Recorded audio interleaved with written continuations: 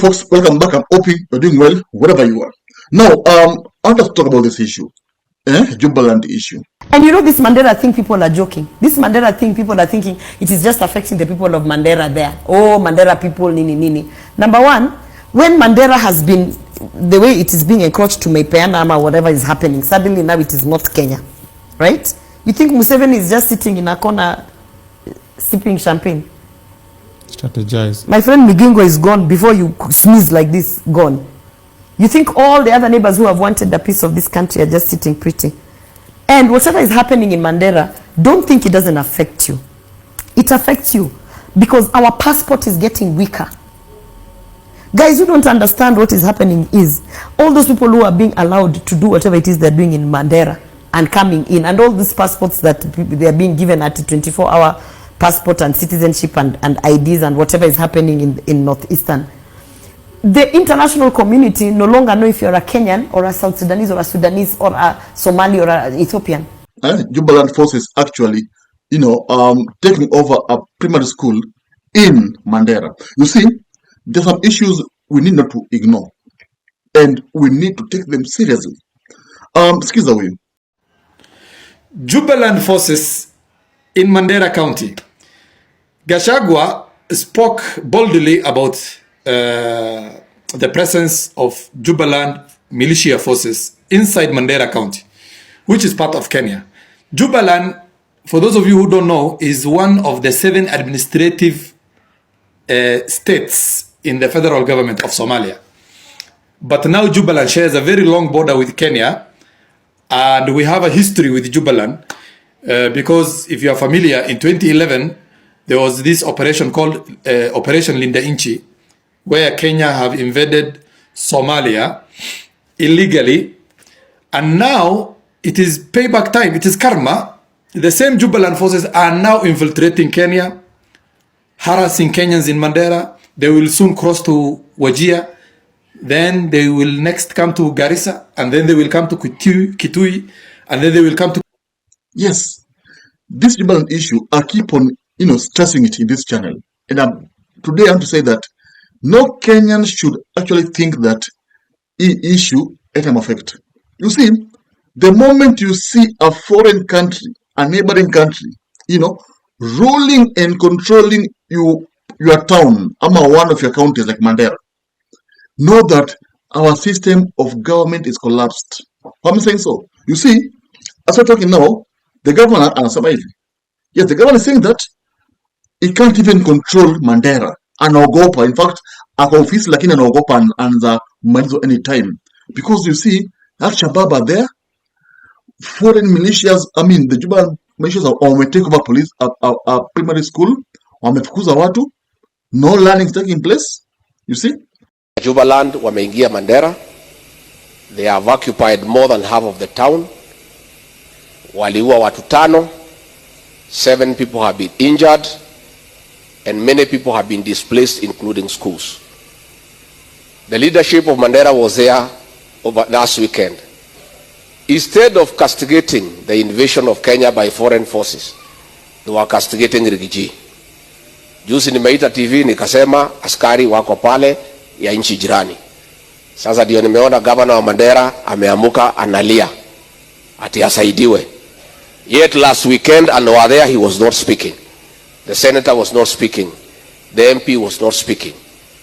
Mimi nimechukua jukumu kutetea watu ya Mandera, kutetea watu ya Northeastern Kenya. It is unacceptable that foreign forces can invade Kenya. And the mandate of the Kenya Defense Forces is to protect our territorial integrity. And I can confirm that in our counties, a good chunk of the area is now being partially controlled by Alshabab. I'm telling you, for Mandera, Alshabab presence and sightings are more than 60% of the Mandera county. Numbers of threats, I think the main objective of the meeting was clearly dealt with by my brother Governor Wajir. Mine is just to add some 2-3 points. One.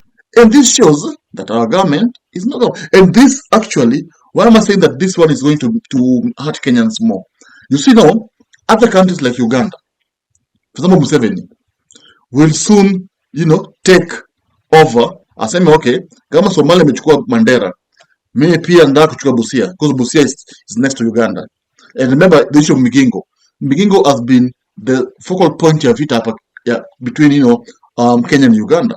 To a point where Raila Odinga had to clash with Museveni, because Museveni wanted Migingo, Kenya wanted Migingo, but in real sense Migingo belongs to Kenya. But since iko na samaki na ni kuzuri pale, Uganda wants it. You see, Uganda is a small country as compared to Kenya kisize. And now that Somalia imechukua Mandera, soon you will see people like Museveni taking Busia.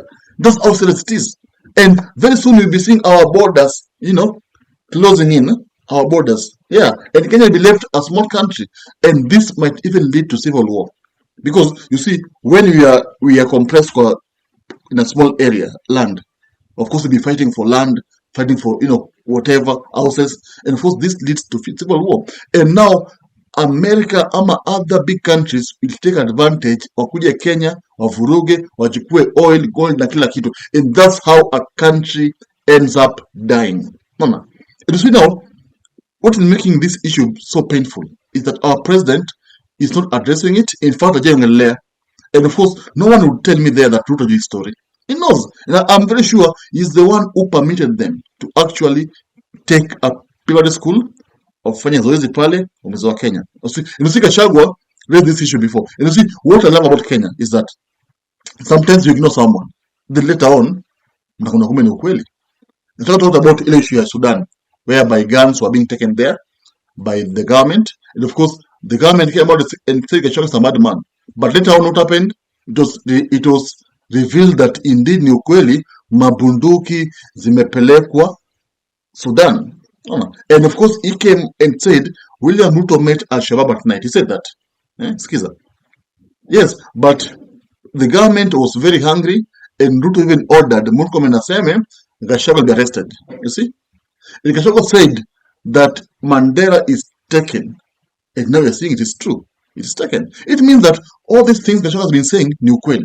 Because later on, they turn out to be true. And now you're seeing that the main issue here is that if Jubaland forces have actually occupied, Mandera, very soon, of course, they'll be taking over Marsabit. After Marsabit, they take over, Isiolo, because these are neighboring countries. Garissa. Then from there, they'll be closing in Wachukue Meru, Wachukue Embu. That is almost 20% of Kenya will have gone. 20% will have remained. Because see, Mandera is a big county in size, a very big land. I've been there. Marsabit is a big county, okay?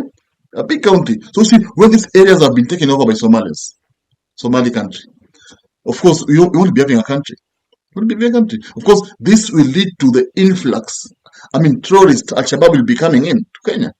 And very soon, this country will be like Somalia, whereby people fight every day. Okay. And you see now, this has never happened in other governments. It's only happening under William Samoei Ruto's watch. And now he comes out and says that he's the best president. Come and then tell me, do you think he's the best president? Yet we are seeing, foreign militias coming to disturb our nation. The KDF can't do anything. And I'm very sure KDF have been holding night meetings with Ruto, matters pertaining, Alshabab in Mandera, and of course, matters pertaining Jubaland forces taking over Mandera.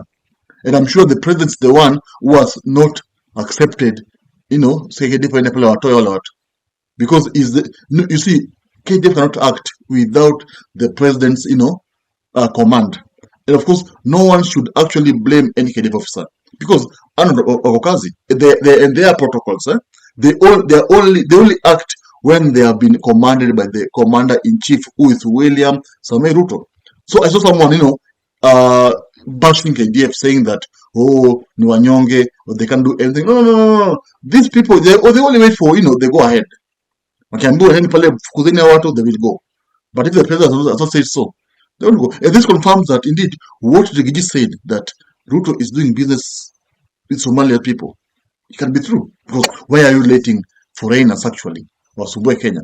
Tell me now, do you really believe that Jubaland forces should be chased away as soon as possible? Come and then, of course, arm me to the next video. Thank you. If you love politics, then Dr. Politica is your cup of tea, the place for minds that think. If you are watching this from anywhere else, search the name, hit subscribe, and stay sharp with us.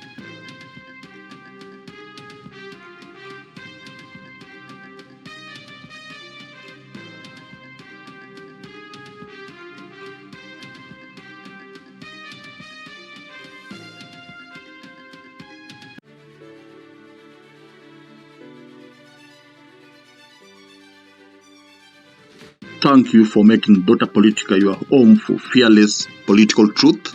Every view, every like, every share fuels the fire behind the hours of research, filming, and editing we pour into each episode. By showing up consistently, you don't just support a channel, you empower a voice. In a world ruled by headlines, spin, and power games, you remind us that real people still care about real facts.